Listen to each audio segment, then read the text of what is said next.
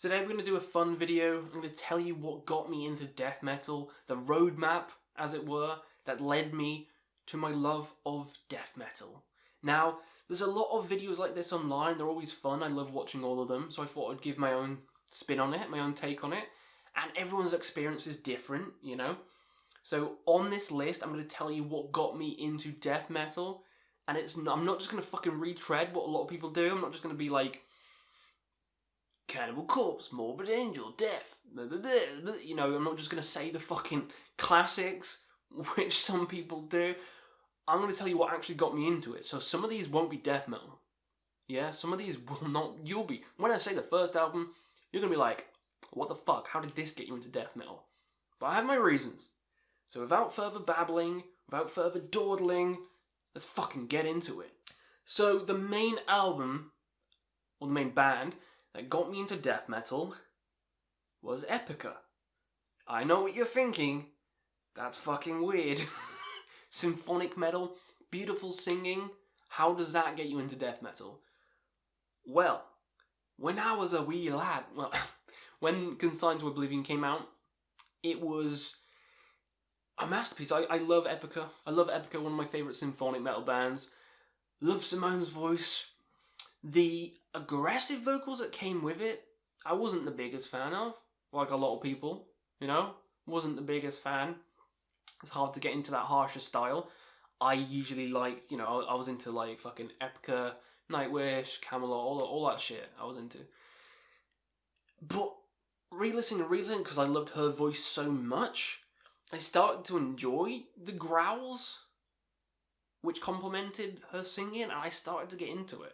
And then I heard like the cover of Crystal Mountain by Death, which was like, holy fuck, this is sick. This is fucking sick.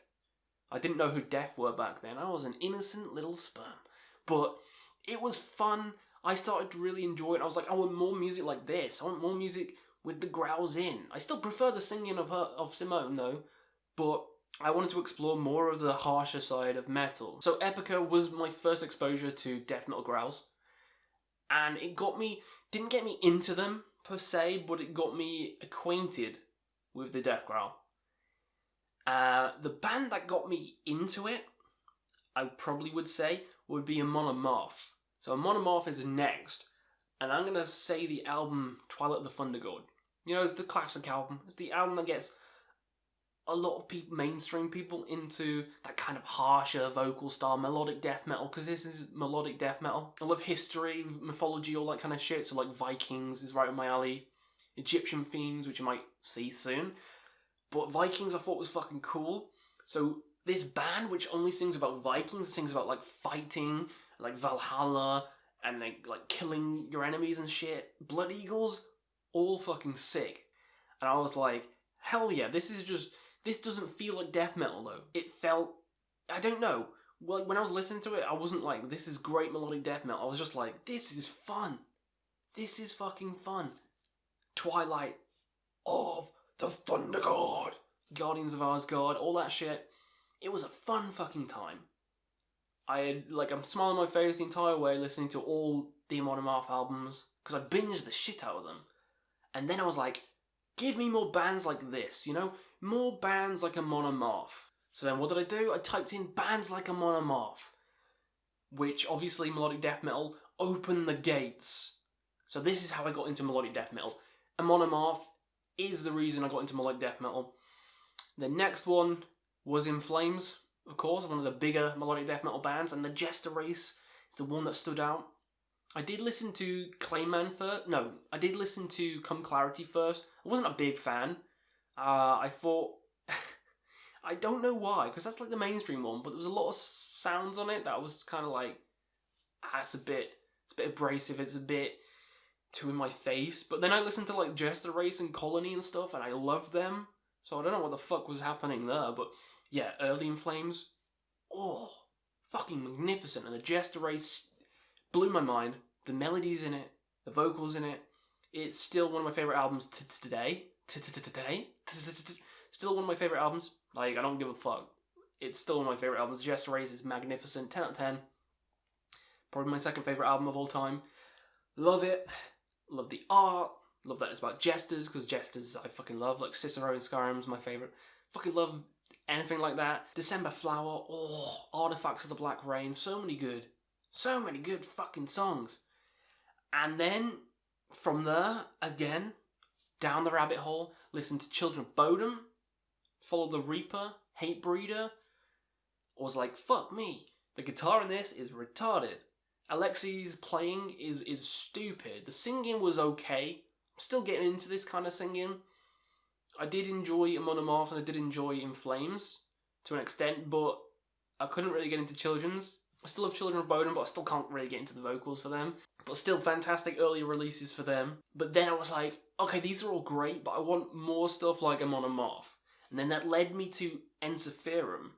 Ensiferum and the album Victory Songs. I fucking fell in love with this album. Fell in love with it. Like Wanderer. Oh, what an amazing song that is. And Victory Songs, a 10-minute epic. Victory songs arising in the night, telling all of our undying strength and might. Oh, the lyrics. Fucking, I was singing this. Ensiferum was my favourite band. This was like the start of college, which I don't mean university, because I'm not American. College is like the one below university. Ensiferum was my favourite band. Loved everything they did. Fucking loved folk metal. Fucking loved folk metal. That was the part of my life where I was like, Ensiferum's the king. Fintroll, Corpiclani, all that. I was really big into. Eluvate, really fucking into all them. And then I just started to be like, yeah, growling is for me. Growling is for me. Ensiferum, Amon amarth, In Flames, Children to an extent, made me love the death growl. I kind of just stagnated there in that kind of melodic death metal sound for a while. That is until I was listening to Slayer a lot. And then, like Rain and Blood, South of Heaven, I was like, I want something this evil. I want something this dark and heavy sound. I always thought Slayer was death metal because I was an idiot. I was like, I want something like more evil like this, but with the melodies and you know, kind of like death growls of those bands. That would be a perfect harmony, you know? That would be a perfect match. I want something bloody. I want something gruesome. I want something horror. I want something just bleh. And of course, you know, what band is it going to be? You know what band it's going to be. Cannibal Corpse. Of course that comes up on Google search. Type in death metal. You type in like, I want something bloody. Bleh. Cannibal Corpse comes up and I was like, Cannibal Corpse? What a fucking great name. Look at these album covers. I'm impressionable. I want it. So what did I get? I got the album which just says blood all over it and says kill. Because, come on. I was a teenager. It just literally just says kill on it. I was like, yeah, that's got to be mine. I'm edgy as fuck. That's got to be mine. So I got Kill, and that is the album that introduced me to death metal as we know it. Not melodic death metal, not symphonic death metal, not Epica, I don't know why. But it did start with Epica, but Kill is the album that got me into it. I loved Corpse Grinder's vocals. I loved the intensity of the songs, the aggression, the themes, everything about this album I fucking loved. Make Them Suffer. Make Them Suffer was the song that cemented it for me. The song that cemented it for me. That fucking aggressive opening. Holy shit. And Time to Kill It's Now as well. Oh. Yeah, the songs in this album, flawless. Still one of my favourite albums, but yeah, that's what opened the floodgates to old school, proper death metal, which people know and love today. And then from there, after Cannibal Corpse, I wanted something kind of like that, the same sound, but with more of a kind of history-esque theme, like I loved with Ensiferum and Amon amarth. And I heard of a band called Nile, and I was like, Nile, eh? What are they all about? Egyptian shit? Turns out they were all about Egyptian shit. And I fucking love that kind of period of history. Pharaohs, all the fucking Egyptian gods, all that stuff is sick. Listened to Nile and I was like, oh, this is amazing. Annihilation of the Wicked, what a flawless fucking album. But it wasn't the album that got me into Nile. Those Whom the Gods Detest was the album that got me into Nile. It was the first album I got. A lot of Nile fans don't like it. They say it's too slow, blah blah blah. I fucking love it. I love how slow it is. I love how long the songs are. And this may be the album that kind of got me into Doom. It sounds weird, but this might be the album that got me into fucking doom. But that's a video for another day. I loved all the themes on this one. I was just like, fuck yes, the vocals are sick, just like Cannibal Corpse. I want more death metal. I want more death metal. Give me more. Give me more. Fucking now I'm like a crack addict. So I wanted more and more and more. And then finally, after that, I looked up, death metal. What's other good bands after Cannibal Corpse and Nile? And you know what came up? The kings of them all, Death. Chuck, the fucking legend. And I was like, Death? What the fuck is Death? They created death metal alongside Possessed. Let's check one of their albums out. So I checked out Symbolic. And then it got to Crystal Mountain and I was like, I've heard this song before. Epica played this song. What the fuck? And that's where the journey ends for today. Death Symbolic. Got into that. Then got into the entire Death discography. Now I love pretty much... Well, I wouldn't say all death metal bands, but most death metal bands, you know. Suffocation. Asphyx. Fucking Bolt Thrower. Pestilence.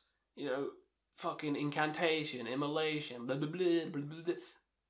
All fucking amazing now, and I'm a big death metal fan. So, I have Epica to thank, really, for all that. Which is a weird notion. But, hey, it's how I got into death metal. Let me know in the comments below what got you into death metal. Was it as strange as my one? Was it even stranger? Let me know in the comments below, and we'll see you again on another Quest for Metal.